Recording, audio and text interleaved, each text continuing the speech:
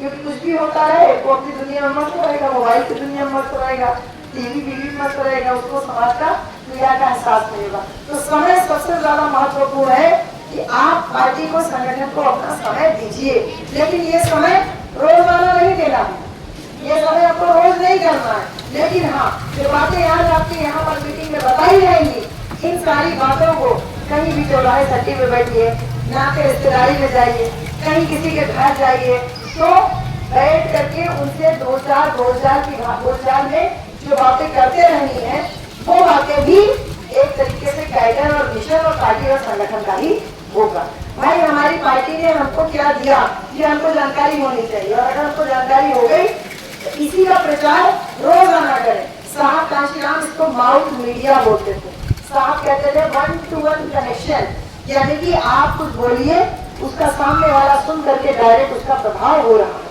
बहू घर में आ जाए तो सास उसको लंबी सूची बना के देती है कि घूंघट ऐसे ऊपर न जाए चाहिए, छप न करे चले चाहिए, ढेर चूड़ी न खनकावे के, ढेर हल्ला न बजावे के, ढेर ही न बोले के, क्यों आए तो तुरंत भीतर वाली कोठरी में भाग जाए के।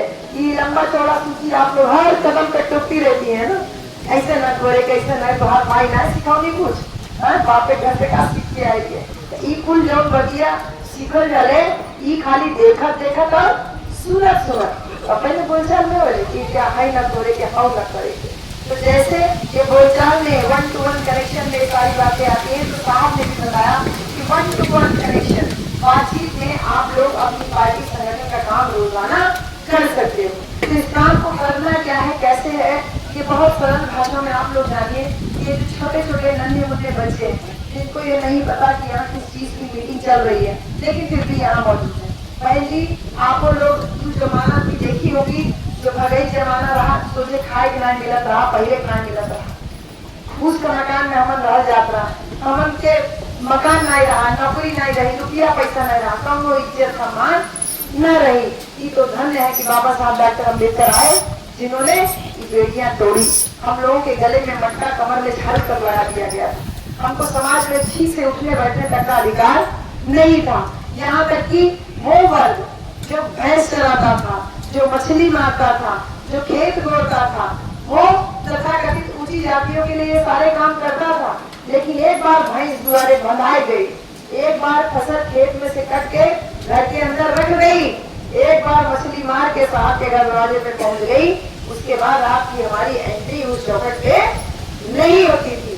यानी कि वो काम करने वाले लोग जो आज अपने आप को बड़ा ऊंचा समझ रहे हैं, चाहे वो अही बिरादरी हो, चाहे कुर्मी बिरादरी हो, चाहे मौर्या बिरादरी हो, चाहे निषाद बिरादरी हो, चाहे राजभर बिरादरी हो, चाहे कहार, केवट, मल्ला, जो तमाम बिरादरी है, ये सब जो ऊंची ऊंची में फंसी हुई है, आज के हालात देख करके आप जान लीजिए कि उस जमाने में वो आपको इंसान नहीं समझते थे।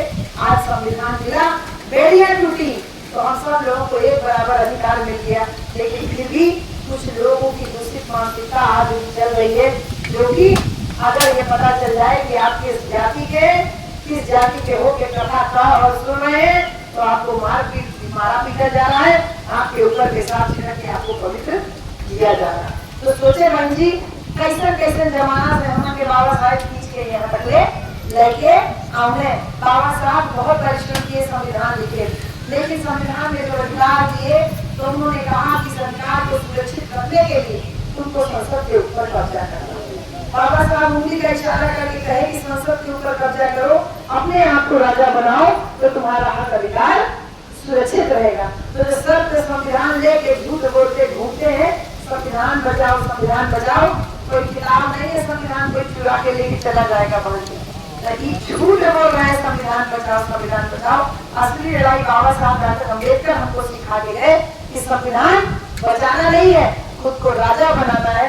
राजा बने रहोगे तो देश भी सुरक्षित रहेगा, संविधान भी सुरक्षित रहेगा, हक अधिकार भी सुरक्षित रहेगा। लेकिन ये अरमान लेके बाबा साहब दुनिया से चले जाते हैं, साहब कांशीराम आते हैं, इनको हम बाबा साहब के बगल में रख करके पूछते हैं, क्योंकि बाबा तेरा दूसरा नाम, बाबा साहब का दूसरा नाम कांशीराम, कांशीराम, कांशीराम। क्योंकि बाबा साहब की नीतियों रीतियों से, बाबा साहब के कार्यों से, बाबा साहब के संविधान के बारे में, बाबा साहब के सपने के बारे में अगर सही तरीके से किसी ने हमको बताया और समाज के के लिए काम किया तो वो साहब कांशीराम थे।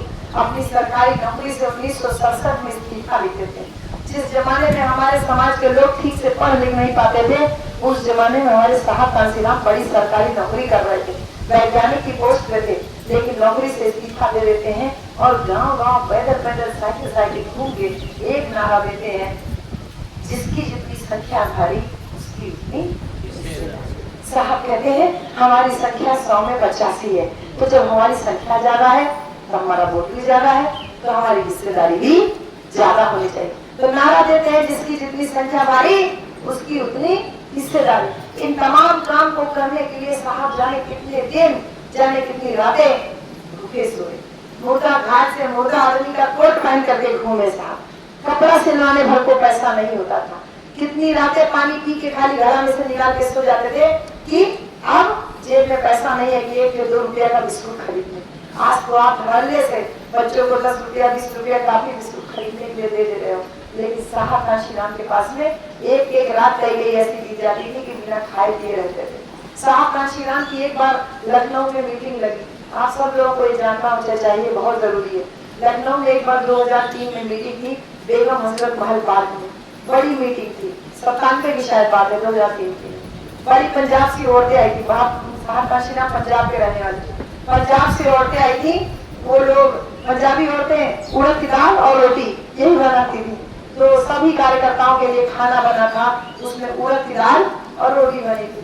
तो कई बार ऐसा होता है जब ज्यादा रोटी बनती है तो कहीं किनारे किनारे थोड़ा कच्चा रह जाता है, कहीं मोटा रह जाता है, कहीं जल जाता है, तो लोग अपना दाल और रोटी निकाल के खा रहे थे। तो कुछ लोगों की आदत होती है ना, आदमी लोग की, वो किनारे किनारे तोड़ के ऐसे फेंक दे रहे थे। साहब लोगों के बीच में बात कर रहे थे और साहब की नजर उन लोगों पे पड़ी जो रोटी तोड़ तोड़ के ऐसे फेंक रहे थे। साहब चुपचाप आते हैं, एक प्लेट उठाते हैं और किसी से बिना कुछ कहे वो रोटियों का टुकड़ा उठा करके अपनी प्लेट में डालते हैं। तो लोग कहते हैं साहब ये रोटी कच्ची थी, जली थी, इसलिए किनारे फेंक दी, आप नई रोटी ले लो ना, ये रोटी क्यों कर रहे हो?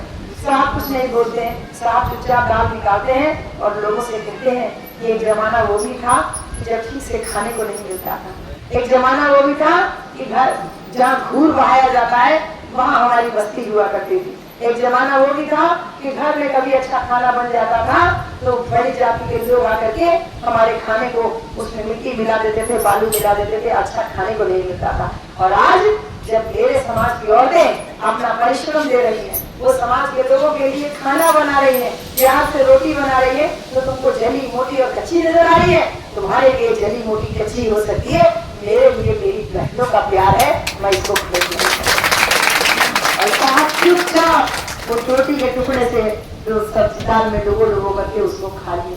ऐसे थे साहब कांशीराम। औरतों का जितना सम्मान साहब कांशीराम ने किया उतना कभी किसी ने नहीं किया। अरे अपनी पूरी विरासत एक महिला को सौंप के चले गए। इतना बड़ा दिल समाज में आदमियों का होना चाहिए कि हम जो कुछ भी कमा रहे हैं, साहब चाहते तो अपने घर परिवार में किसी को दे सकते थे, चाहते तो किसी पुरुष को दे सकते थे, लेकिन साहब कांशीराम ने एक महिला को, बहन जी, एक महिला जो परिवार संभालती है, साहब जानते थे कि अगर उसके पास देश की कमान आई तो वो देश भी संभाल सकती है, संगठन भी संभाल सकती है। पूरे जिंदगी की पूंजी चाहते तो खुद मुख्यमंत्री बन सकते थे, चाहते तो पहली बार खुद सांसद बन सकते थे, लेकिन बहन मायावती जी को ही पहली बार सांसद भी बनाया और जब मौका मिला तो बहन मायावती जी को ही उन्होंने पहली बार मुख्यमंत्री भी बनाया और आगे समाज का उत्तराधिकारी भी घोषित किया। इस पुरुष प्रधान समाज में ये सोचने वाली बात है कि इंदिरा गांधी जी अगर प्रधानमंत्री बनी तो उनके पिताजी प्रधानमंत्री थे, विरासत में उनके पास केवल एक बच्चा था, नेहरू जी के पास इंदिरा गांधी, इसलिए इंदिरा गांधी के पास विरासत पहुंची और इंदिरा गांधी जी देश की पहली महिला प्रधानमंत्री होने का गौरव प्राप्त कर पाए। लेकिन बहुजन समाज के पास विरासत में केवल शोषण था, अत्याचार था, गुलामी थी। जी हमन हवाई करत रही, नार काटत रही, गोबर उठावत रही, दुआर लिपट रही, हमन के शोषण अत्याचार सह के इस विरासत को संभालते हुए साहब कांशीराम ने बहन मायावती जी को अपना उत्तराधिकारी बनाया और 4 बार उन्होंने मुख्यमंत्री बनाया। ये विरासत होती है, संघर्ष से विरासत पैदा होती है। आज तमाम तरीके के उल्टे पुल्टे बात लोग कहते हैं, अरे फलाना को देखा, उनके देखा, इनके उत्तराधिकार, उनका उत्तराधिकार। जब बात होती है। तो इस बात को आपको और हमको भी ये बात समझनी चाहिए कि अखिलेश यादव जी को अगर उत्तराधिकार में मिला तो मुख्यमंत्री का पद मिला, उनके पिताजी मुख्यमंत्री रहे। तेजस्वी यादव जी उप मुख्यमंत्री रहे तो उनके पिताजी और उनकी माता जी कई बार बिहार में मुख्यमंत्री और तमाम हमारे माता जी मुख्यमंत्री रहे। और उसके बाद अगर चिराग पासवान जी की बात करिए तो उनके पिताजी भी बार बार दल बदल करके कहीं ना कहीं फिट होकर के कोई ना कोई मंत्री पद लेकर के रहे। तो उनको विरासत में एक पार्टी मिली, संगठन मिला और वो विधायक और मंत्री और सांसद बने हुए। तो हमारे यहाँ क्या विरासत में हमको साहब विरासत में यहाँ तक लेके आए और उस विरासत को बहन मायावती जी को सौंपा। उन्होंने तो हमको मुख्यमंत्री बनाया, लेकिन अब आगे विरासत में देखते हैं तो मेरे समाज के लोग आपस में ही लड़ रहे हैं। मेरे समाज के लोग संघर्ष करना फिर से चाहते हैं शायद। अरे तुम 4 बार मुख्यमंत्री बने हो, तुमको ये प्रयास करना है कि मैं आगे प्रधानमंत्री कैसे बनूं, और तुम प्रयास क्या कर रहे हो? यानी हमारा क्या प्रयास हो रहा है कि हम वापस 4 सीढ़ी चढ़ के आए, हम वापस गाड़ी में कैसे कूद जाएं। तो क्या पहले कूदी ये मारे घोड़ लगल बा, लेकिन हमार वहाँ जी कहती है कि तू भले कूदे के कोशिश करा, लेकिन हम तो के कूदे ना दिए। काहे के हम भाई आप सब जने के बचावे खातिर 5000 सरकारी विद्यालय मर्ज कर रहा है सरकार। सरकारी विद्यालय खत्म कर रहा है 5000 उत्तर प्रदेश में, जिससे हमारी अगली पीढ़ी अनपढ़ रह जाए। हमारी बहन जी कह रही है, हमारी बहन जी कह रही है जो 4 बार मुख्यमंत्री रही, जिसका 37 सांसद जीत करके आए, वो नहीं कुछ बोल रहे। हमारी बहन जी कह रही है कि अगर प्रदेश सरकार ये 5000 विद्यालय को मर्ज करने का डिसीजन, इस निर्णय को अगर वापस नहीं लेती है तो बहुजन समाज पार्टी की सरकार 27 में बनेगी और सबसे पहले वो इस मर्जर के फैसले को रद्द करेगी और 5000 विद्यालय वापस नहीं कह रहे। ये है नेता बहन जी जो जनता के सुख दुख तकलीफ को जानती है। अरे 6 साल के लड़का स्कूल पढ़े जाता, बगलिए स्कूल बम्बई ज्यादा भेज देते हैं, मर्जी हो तो भाग लिया होती है लड़का भागे होते है दोपहरी में खाना खाए बाद ना मन करता है। लेकिन अब अगर विद्यालय नजदीक वाला बंद हो जाए, 3 किलोमीटर 5 किलोमीटर दूर विद्यालय हो तो हमारे 6 साल के लड़का कैसे दौड़ जाए पड़े नहीं मिल जाये। देखो मतलब हमारी एक पीढ़ी आगे आने वाले 25 साल में खत्म न हो जाएगी, अनपढ़ न रह जाएगी। हमारी बहन जी आपके हमारे हित के लिए फैसले ले रही कर रही है कि आपके बच्चों को वापस जो पढ़ाने के लिए विद्यालय बंद कर रहे हैं, हम उस फैसले को रद्द करेंगे। मेरी बहन जी का संदेश लेके आपके पास आई है। मेरी बहन जी कह रही है 27 में सरकार बनेगी तो पहले हमने हर गांव में एक नौकरी दिया, अब हमारी सरकार बनेगी तो मैं हर परिवार को एक नौकरी दूंगी। ये संदेश आया मेरी बहन, ये संदेश है मेरी बहन जी का। इसलिए मैं कह रही हूँ बहन जी, औरत के हाथ में कमान होती है तो वो सबको बराबर बराबर हिस्सा देती है। बहन जी कोई भूखा न रहे घर में, कोई बिना खाए न सोए, ये औरत प्रयास में रहती है। और जब हमारी महिला, हमारी जो मुखिया है वो भी एक महिला है, तो वो सबके हित, सबका दुख सुख का ख्याल रख रही है। उसमें भेदभाव नहीं हो रहा, उसमें राजभर का बच्चा पढ़ने जा रहा है कि नहीं, मौर्या का बच्चा पढ़ने जा रहा है कि नहीं, पटेल का का बच्चा पढ़ने जा रहा है कि नहीं, वो स्कूल वापस होगा तो उसमें सब समाज के लोगों का भला होगा। यानी सबकी भलाई के बारे में हमारी बहन जी सोच रहे। ये होता है नेता, वही बहन जी जब साहब कांशीराम के साथ में गांव गांव पैदल पैदल अपना